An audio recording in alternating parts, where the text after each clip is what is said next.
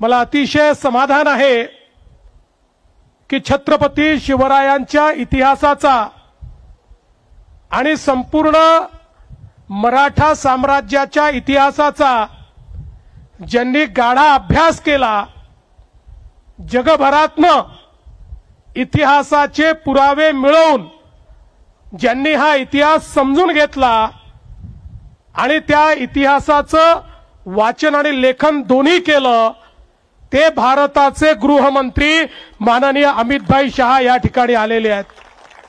ते केवळ गृहमंत्री म्हणून आलेले नाहीत, तर छत्रपती शिवरायांचे सेवक म्हणून आणि मराठा इतिहासाचे एक संशोधक म्हणून या ठिकाणी आलेले आहेत।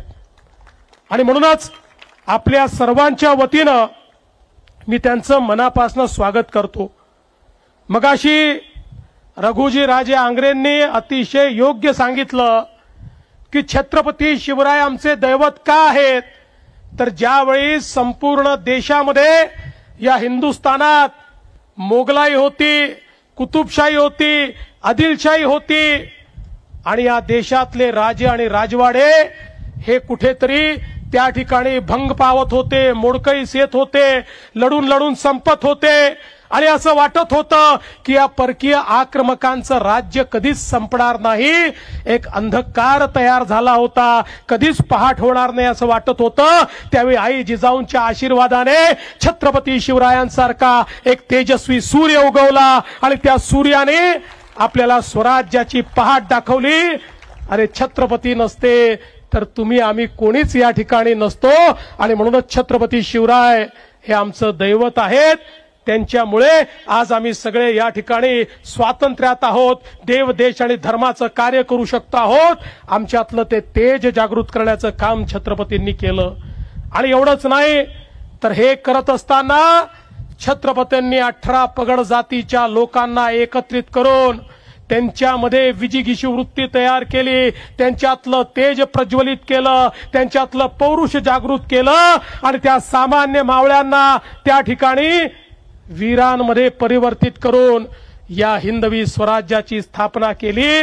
आणि म्हणूनच हा जो काही आपला भगवा झेंडा आहे हा छत्रपतींमुळेच नंतरच्या काळामध्ये दिल्लीपासून अटकेपर्यंत लागला आणि संपूर्ण भारतावर भगव्याचा अंमल आला, तो केवळ आणि केवळ छत्रपती शिवरायांमुळे आला। आणि म्हणूनच आज या निमित्ताने खरं म्हणजे आमच्या उदयन महाराजांनी काही मागण्या देखील या ठिकाणी केलेल्या आहेत, महाराजांची आमची चर्चाही झालेली आहे। त्या संदर्भात जी योग्य कारवाई करायची आहे ती तर आम्ही करणारच आहोत, कारण आमचं सगळ्यांचंच मत आहे की महापुरुषांचा अपमान, छत्रपतींचा अपमान करणाऱ्याला तर टकमक टोकावरनच लोटून दिलं पाहिजे।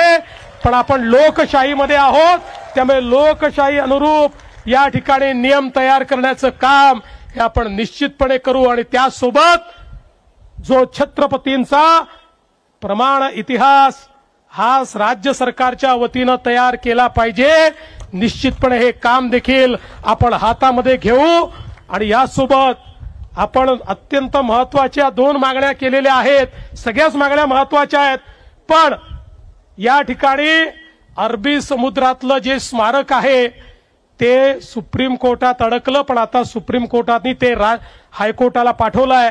महाराज आपण महाराजांचे मावळे आहोत, हार मानणार नाही, हायकोर्टामध्ये लढून ते स्मारक आम्ही त्या ठिकाणी मोकळं करून घेऊ आणि कुठल्याही परिस्थितीमध्ये छत्रपती शिवरायांचे स्मारक झालं पाहिजे, हा प्रयत्न आपला असेल। आणि मैं आदरणीय गृहमंत्री जी से इतना ही निवेदन करना चाहता हूं कि हमारे उदयन महाराज ने जो बात कही वो बात बहुत महत्वपूर्ण है कि दिल्ली में भी छत्रपति शिवाजी महाराज का एक राष्ट्रीय स्मारक होना चाहिए। उसके लिए हम आपके पास आएंगे और आपकी मदद लेकर वहां पर उचित स्थान पर ये राष्ट्रीय स्मारक तैयार करने का हम प्रयास करेंगे। मला एक अजून गोष्ट आपल्याला सांगायची आहे की आपल्या देशाचे आपले लाडके प्रधानमंत्री माननीय मोदीजींनी आपल्या छत्रपती शिवरायांच्या 12 किल्ल्यांना युनेस्कोची हेरिटेज साइट म्हणून, विश्व हेरिटेज म्हणून त्या ठिकाणी नॉमिनेट केलेला आहे। आता 18 ते 21 या कालावधीमध्ये फ्रान्समध्ये युनेस्कोच्या समोर आमचं प्रेझेंटेशन त्या ठिकाणी होणार आहे। मी आणि आशिष शेलार आम्ही त्या ठिकाणी जाणार आहोत आणि मला विश्वास आहे की आपले 12 महाराजांचे किल्ले हे आता केवळ भारताचे नाही तर विश्व वारसा म्हणून त्याला त्या ठिकाणी मोदीजींच्या पुढाकाराने एक दर्जा प्राप्त होईल। मी आज जास्त वेळ घेणार नाही, आपल्याला अमित भाईंना सगळ्यांना ऐकायचं आहे, पण एवढंच सांगतो, महाराष्ट्रातलं आपलं सरकार हे छत्रपती शिवरायांच्या आशीर्वादाने चालणारं सरकार आहे।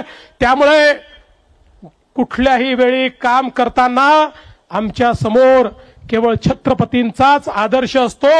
छत्रपतींचा आदर्श आणि भारताचं संविधान या दोनच गोष्टींच्या आधारावर आमचं सरकार या ठिकाणी काम करेल हा विश्वास देतो। पुन्हा एकदा छत्रपतींच्या चरणी नतमस्तक होतो आणि माझं बोलणं संपवतो।